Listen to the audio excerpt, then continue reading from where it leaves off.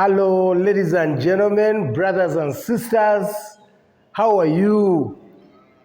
Please, again, sorry for those ones who are behind the bars, those who are incarcerated in the world. Please, I'm sorry for you. It's my humble prayer from the Most High that you find your release, that the days are lessened and you come out. But we are with you. I was once incarcerated in Uganda prisons. I was arrested in 2003 and released in 2016. I found prison time a very challenging one. In fact, prison is a very complex system that may bring negative effects on one's life, on and to an individual. Prison, no day is easy, no day is a walkover. Everything is conditional. Books to read are conditional. Medication is conditional. For example, here in Uganda prisons, only 5 people out of the entire ward of more than 300 people only 5 were supposed to meet the doctor. You can imagine. And the doctor would tell you that no medicine. The food was not fit for human consumption. I'm saying that visitors in prisons were regulated. I'm saying that the space was too small. We used to sleep one over another. I'm saying that visitation during days of COVID, during days of any outbreak would lead to cutting off the visitors. I'm saying coexisting with the inmates is also challenging. It's a collection of very many people. Some are radical, others are coming from very different backgrounds which you cannot even imagine. But you have to coexist with them.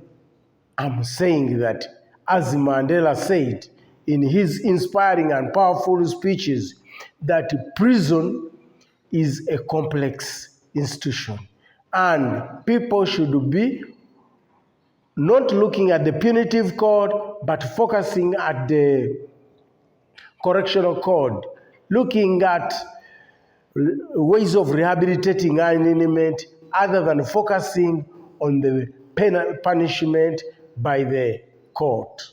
He looked at the second chance. How are the skills in place benefiting a person's way to reintegrate to the society? Education is a powerful rehabilitative tool that one has to use to freely enter out of prison and find a safe landing. My education in prison was a liberating power, was liberation. Education. My education was from senior 4. Then I went to A-level. I got O-level certificate, A-level certificate, and university certificate finally as part of my elementary education.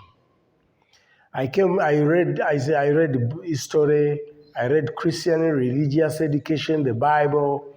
I understood a bit of mathematics, the chemistry, the moral concept. So I'm saying that I learned helping people with the letter writing, reconciliation letters. I learned about healing and forgiveness. I learned about temper management, problem solving skills. For example, here, how to write or to follow the hierarchy of reporting. All that was from prison. I'm saying that education is liberation. In prison, coexisting with inmate requires some knowledge because they're coming from different places of the world. So you have to know to what extent can I handle a complex issue. I'm saying that because fighting in prison is punishable by isolation. So my education, kwanza, in the first place, helped me to coexist with the inmates. In a prison, a place which was built for 600 people, is by my time was accommodating up to 4,000 inmates in the upper prison in Uganda.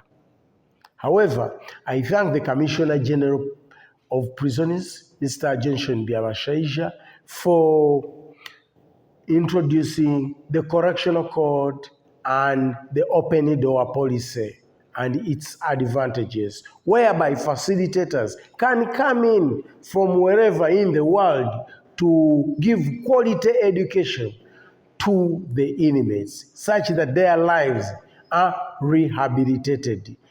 Education is rehabilitation.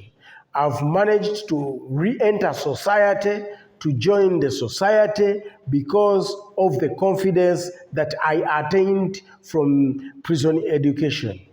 I managed to get the money to support my bachelor's degree because of the prison education. I managed to resettle with my relatives because of prison education. Prison education gives you another approach to reintegrate with the society. I have now got a bachelor's degree and I'm working with the Makerere University Business School and I'm on government payroll. And within 2 days, they are going to be counting me as an employee of the government. I'm paying 500,000 per month. In fact, it is 550,000 per month as pay as you earn salary. So, I'm blessing education in prison. Somebody can really be useful and significant to the society, to the government, and can easily find a soft landing after release. Mandela was right to advocate for resentencing guidelines other than the punitive code, other than life in prison. The higher courts of law should look into how an individual has utilized his time while in prison. On the other side, prison education has liberated me while in society, and I've managed to live out for now 7 years without going back to prison. So education is a liberation from recidivism. Recidivism is the tendency of somebody going back to prison despite the previous correctional measures that were subjected to on him. I'm saying that embrace education wherever you are. If you are outside, please support education to the inmates or to their families. Because you can imagine somebody is there, a little girl, little boys carrying on life, but without the parental support, without the parental love. So imprisonment can be detrimental to the incarcerated individual or to the society or to the family if not addressed. But if education is picked up by the inmate, it will really help you stay to coexist within prisons. It will help you on release and reintegration, and it will help you, the skills will help you the way they helped me to stay out without conflicting with the Constitution or solving problems in manageable ways other than criminal methods of solving problems.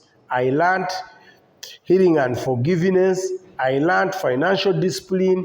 I learned conflict management. And I can assess the problem from the society, that is social intelligence, before carrying out a reaction. I'm in MUBs. No student has complained against me that I've mishandled him. I've not gone to the disciplinary committee of MUBs. I'm at work daily. I've not conflicted with the rules, with the regulations, simply because of education that I embraced in prisons. Education is liberation.